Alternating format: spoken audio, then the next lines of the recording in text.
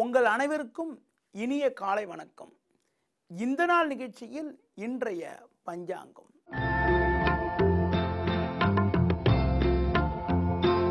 இருபத்தி 7/9/2015 புரட்டாசி மாதம் 10ஆம் தேதி ஞாயிற்றுக்கிழமை.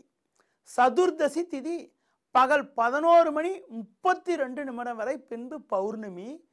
புரட்டாதி நட்சத்திரம் இரவு 9:36 வரை, பின்பு உத்திரட்டாதி நட்சத்திரம்.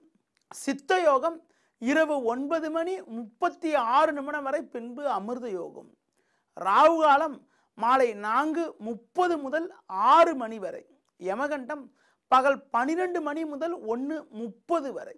இன்றைய சுப ஓரைகள் காலை 7 மணி முதல் 9 மணி வரை, பகல் 11 மணி முதல் 12 மணி வரை, மதியம் 2 மணி முதல் 4 மணி வரை, மாலை 6 மணி முதல் 7 மணி வரை, இரவு 9 மணி முதல் 11 மணி வரை.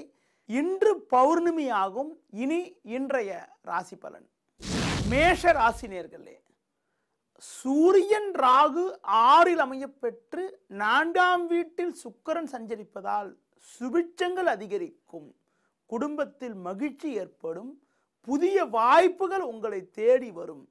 கணவன் மனைவியிடையே ஒற்றுமை மேலோங்கும். ரிஷப ராசி நேயர்களே, 4ஆம் வீட்டில் புதன் அமையப்பெற்று 10-11 சந்திரன் சஞ்சரிப்பதால் ஏற்ற மிகுந்த பலன்களை அடைவீர்கள். உங்களுக்கு இருந்த நெருக்கடிகள் விலகுவதனால் மன அமைதி உண்டாகும்.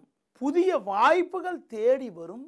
நெருங்கியவர்களால் சாதகமான பலன்கள் உண்டாகும்.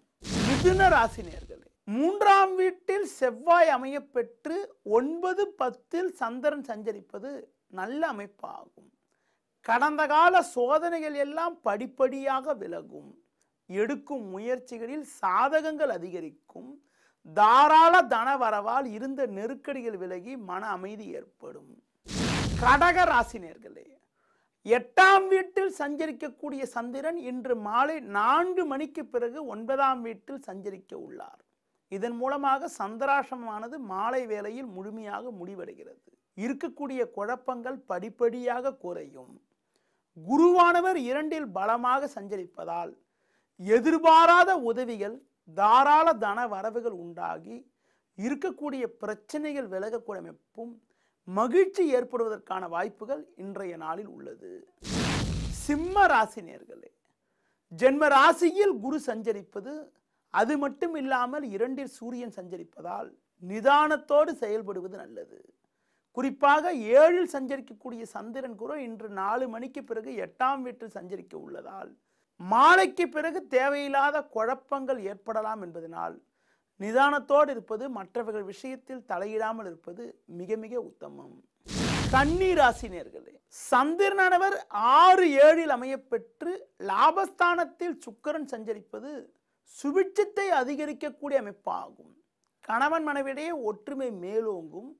பிள்ளைகளால் கூட சாதகமான பலன்கள் இருக்கும்.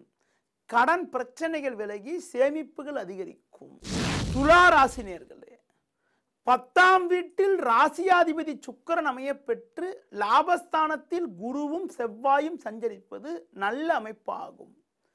மதிப்பு மிகு பதவி உங்களை தேடி வரும். நெருங்கியவர்களால் சாதகங்கள் அதிகரிக்கும். புதிய வாய்ப்புகள் தேடி வருவதால் மகிழ்ச்சி, சந்தோஷம் ஏற்படும். விருச்சிக ராசி நேயர்களே, லாபஸ்தானத்தில் சூரியன் ராகு சஞ்சரிப்பது நல்ல அமைப்பு என்றாலும் 4ஆம் வீட்டில் சந்திரன் சஞ்சரிப்பதால் அலைச்சல்கள் அதிகரிக்கும். பண வரவானது சாதகமாக இருந்தாலும் வீண் செலவுகள் ஏற்படலாம் என்பதனால் கொடுக்கல் வாங்கல் விஷயத்தில் மட்டும் சற்று கவனத்தோடு இருப்பது, நெருங்கியவர்களை அனுசரித்து செல்வது மிக மிக சிறப்பு.